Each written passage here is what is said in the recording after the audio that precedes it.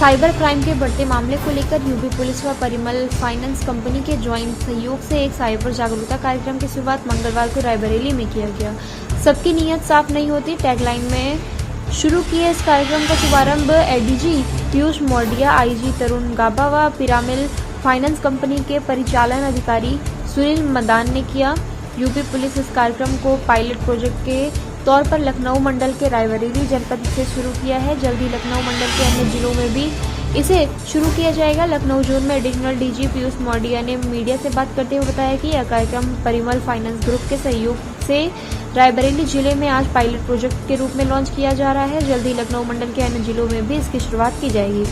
रायबरेली के तहत कार्यक्रम के तहत परिमल ग्रुप द्वारा नुक्कड़ नाटक, सोशल मीडिया आउटरीच, संवाद परक कार्यशाला, वीडियो बैनर इत्यादि माध्यमों से साइबर अपराध के विषयों में लोगों को जागरूक किया जाएगा, जिससे लोगों को इंटरनेट के युग में साइबर अपराधों से बचाया जा सके और यदि अपराध का शिकार कोई हो जाता है तो वह तुरंत कौन सी कार्रवाई करे। इन सभी के विषय में परिमल ग्रुप द्वारा विभिन्न कार्यक्रमों के माध्यम से लोगों को जागरूक किया जाएगा। कार्यक्रम में आए हुए स्कूल के बच्चों ने बताया कि कार्यक्रम उनके लिए महत्वपूर्ण था, जिससे उन्हें कई तरह की जानकारियां मिली।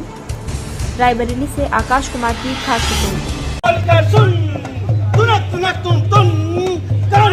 के सुन लो बात सच्ची, पैसा बचाओ मुट्ठी। सुन लो बात सच्ची, पैसा बचाओ मुट्ठी। सुन कान खोल के सुन। अरे भाई, कुछ एटीएम से पैसे निकालने बड़ी जरूरत है। ये रहा एटीएम। अरे इसमें तो कुछ समझ में ही नहीं आ रहा, अब क्या करें? गार्ड भी नहीं है यहाँ पर। अरे भैया, जरा थोड़ी मेरी मदद कर दो, एटीएम में समझ में नहीं आ रहा, पैसे निकालने भैया। अरे रुक चाचा, रुक। मदद मांग कर मत कर चूक। और एटीएम और खरीदारी करते समय किसी को मत बताओ पिन तुम। अपराध होते हैं और जो फाइनेंशियल है उसमें जनरली आपको मालूम ही है, आज अब तो इस स्तर पे अपराध हो गए हैं कि आपको कॉल आएगा, आपको लगेगा कि मेरे किसी रिश्तेदार का ही है, आपको फोटो भी दिख रही होगी अगर व्हाट्सएप कॉल है, और हो सकता है आपको आवाज़ भी सुनने को मिले अपने परिवारजन की कि ये तो मेरा परिवारजन ही बोल रहा है और वो कहेगा कि मैं किसी मुश्किल में हूँ, मुझे पैसे की ज़रूरत है, इस अकाउंट में दे दो, या फिर कोई आपको बार कोड दे दिया कि ये स्कैन करके इस पर दे दीजिए, और आप सोचेंगे यार आवाज़ भी मेरे रिश्तेदार की थी, मेरे मित्र की थी, फ़ोटो भी उसी की थी और मैं दे दूं, बट पता लगा कि वो कंपनी का मोबाइल नंबर होता है। उन कंपनियों या जहां से मोबाइल इशू है बहुत कम कार्रवाई देखने को मिलती है। मैं आपको एक बात और बताना चाहता हूँ, जो नियम है वो इस प्रकार है कि यदि आप किसी भी प्रकार का सिम कार्ड लेते हैं तो सिम कार्ड लेने से पहले आपको बायोमेट्रिक होता है। इसके अलावा उससे उस व्यक्ति के की आईडी मांगी जाती है, आधार कार्ड आदि मांगा जाता है। मैं आपको आपके माध्यम से विभिन्न मोबाइल ऑपरेटर्स को भी बताना चाहता हूं कि आईडी देने के बाद तुरंत सिम कार्ड एक्टिवेट नहीं किया जाना चाहिए जब तक कि फ़िज़िकल वेरिफिकेशन उस व्यक्ति का ना हो जाए। यही नियम है। कई बार वो लोग एक्टिवेट कर देते हैं और बाद में वेरिफिकेशन कराएंगे कह के बंच रखा रहता है, पर उतनी अवधि में अपराध घटित हो जाता है। इसलिए यह ज़रूरी है कि हम सुनिश्चित करें कि वेरिफिकेशन के बाद ही मोबाइल सिम कार्ड एक्टिवेट किया जाए। यदि ऐसा नहीं होता है तो जो कानूनी कार्रवाई और विधिक प्रक्रिया उसका इस्तेमाल करते हुए ऐसे नियम का उल्लंघन करने वाले मोबाइल ऑपरेटर्स के विरुद्ध भी कार्रवाई की जाएगी। सर अभी इसके पीछे साइबर फ्रॉड के या कहाँ तक पहुँचे आप लोग जांच? देखिए, हम आपको ये बताएं कि जैसे जैसे तकनीक में विकास हो रहा है, टेक्नोलॉजी आगे बढ़ रही है, तो कुछ आपराधिक प्रवृत्ति के लोग उसका इस्तेमाल फ्रॉड करने में या इंटरनेट के जरिए अपराध करने में भी करते हैं। ऐसे जो आपराधिक तत्व हैं उनको चिन्हित कर उनके विरुद्ध कार्रवाई करने का जिम्मा हमारा है, जो हम करते रहते हैं जैसे हमें सूचना प्राप्त होती है।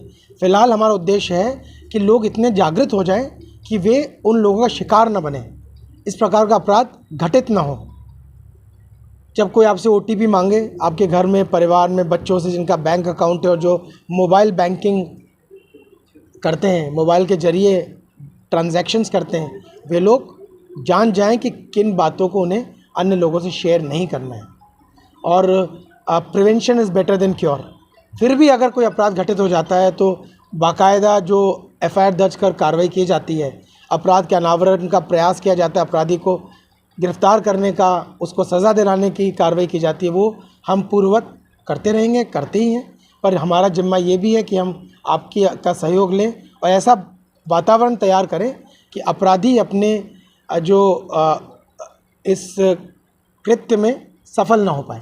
सर, साइबर क्रिमिनल्स के ऐसा नहीं लग रहा है कि हम काफ़ी पीछे हैं, क्योंकि पुलिस भी और ये पिरामल के भाई साहब लोग भी जो आए हैं ये अभी भी इसी की बात कर रहे हैं, जबकि अभी इससे आगे बढ़ के एक स्टेप एआई आर्टिफिशियल इंटेलिजेंस की तरह से एक्सटॉर्शन से लेकर के फाइनेंशियल क्राइम से लेकर के सारा जो है एआई के थ्रू होने लगा है। नहीं, देखिए, हम आपको उस पर बता बात नहीं करते हम आपको एक बात बताना चाह रहे हैं कि आज जब इसे लॉन्च करने जा रहे थे तो हमारा उद्देश्य था कि हम उन तमाम बातों के बारे में ज़्यादा प्रकाश डालें जिनके बारे में थोड़ा बहुत लोग जानते हों।